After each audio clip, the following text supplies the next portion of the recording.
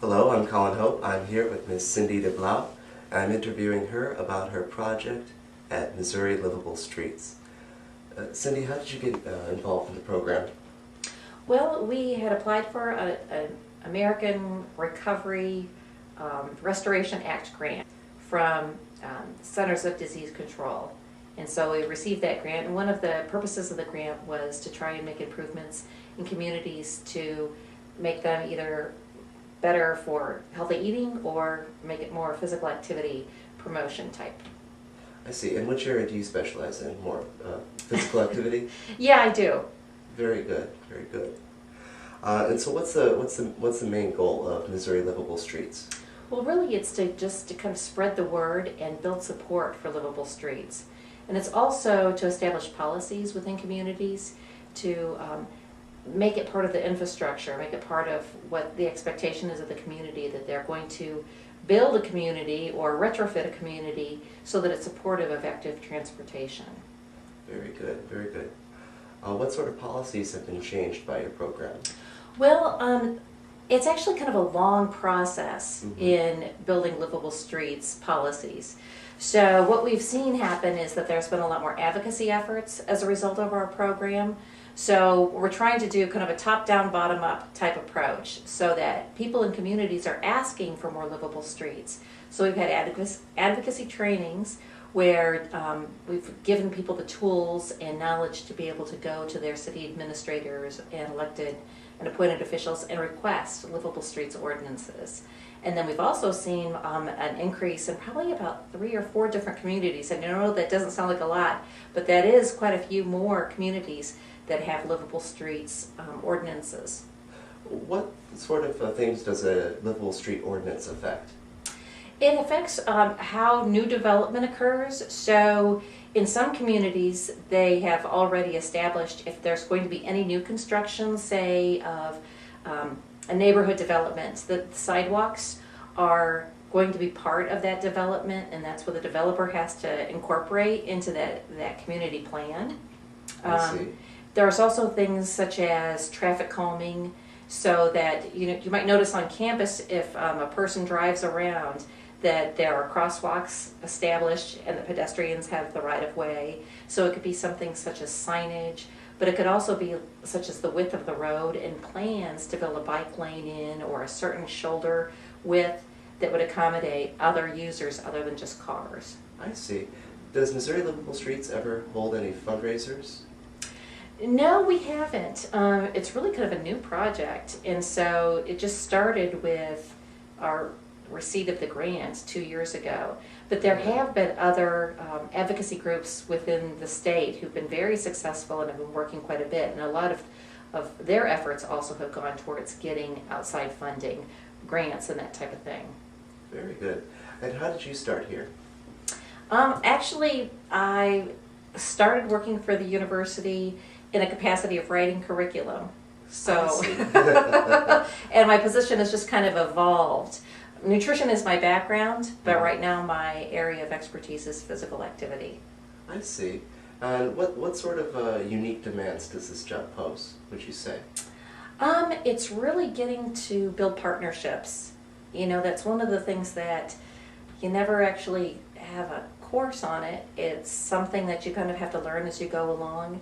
And building partnerships is, sometimes it's kind of hard work because you think, oh, I could just get in there and just do this myself and be done, and it'd be so much faster. And it would be so much faster, but the problem is that then if I go away, then the project goes away. So by building partnerships, you have a long-lasting, sustainable impact on the project that you're working on. Very nice. In the spirit of reducing obesity prevalence in Missouri, what would you say is the most important part of advice you could give to someone who's trying to either get active or lose weight? Well, the first thing that they would need to do is talk with their physician and make sure that they don't have any underlying health problems that would cause a problem with them being physically active. The other thing is small incremental changes. I think sometimes people think, oh, I'm going to get physically active and I'm going to set my goal as running a marathon, and no, that's really, you're setting yourself up for disappointment. Really, if you can just plan on doing small things like taking the stairs at work, or you've probably heard parking your car far from the front of the store, small little changes, and maybe starting off at 10-minute increments, taking a walk around the block that just takes 10 minutes and gradually increasing the amount that you do. And then actually, the nice thing about physical activity is that it's its own reward. You feel so much better after you do it, so that it becomes something that keeps tempting you to come back. I see, I see. What else does Missouri Livable Streets do in terms of changing the community? Well, one of the things that we've been doing is working with the Missouri Department of Transportation to change their guidance to local communities. The way transportation funding works is that a lot of folks get their funding for their local streets through the Missouri Department of Transportation, and it's federal funds that flow through the Missouri Department of Transportation to local communities, and local communities that have to apply for that money. And the way a community receives that money is they have to meet certain standards. So what we're doing is changing the standards so that the Department of Transportation is telling a community, okay, so in order to get these funds, you're going to have to meet these standards that also include livable streets components. So there have been some really exciting things happening with our Department of Transportation. They've been an excellent partner. And the kind of interesting thing about them is that, they'll tell you, many of their staff will tell you, 5 years ago, they would say, we're not in the business of sidewalks. They were pretty opposed to the whole livable streets, complete streets movement. And they have since had changes within their staff and administrations that have really resulted in some positive movements towards active transportation and a built environment that supports physical activity. I see. It seems to me like your program makes small changes that add up to a lifetime of work over Yes. Over a period of time. Yeah, our society didn't become the way we are overnight, and we're not going to change overnight either. So we've become a very car-centric type society, and we've built physical activity out of our daily lives, and so now we have to make changes to slowly build it back in and provide opportunities for people to be physically active. And the better the environment for someone to be physically fit, the more likely they are to want to exercise by their own volition. Right, yeah, you've got to make healthy choice the easy choice. If it's too hard, people just simply won't do it.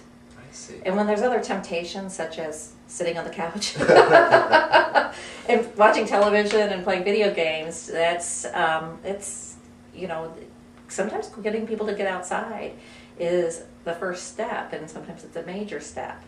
I see, I see. Any big projects coming up?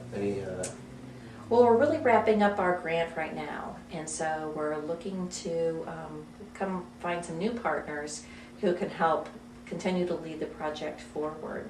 And so we're looking for additional funding and seeing what we can do to keep the momentum of our movement going. I see. What would you say to community activists who might want to get involved with your program? Well, the first thing I think they need to do is become educated in how to become an advocate.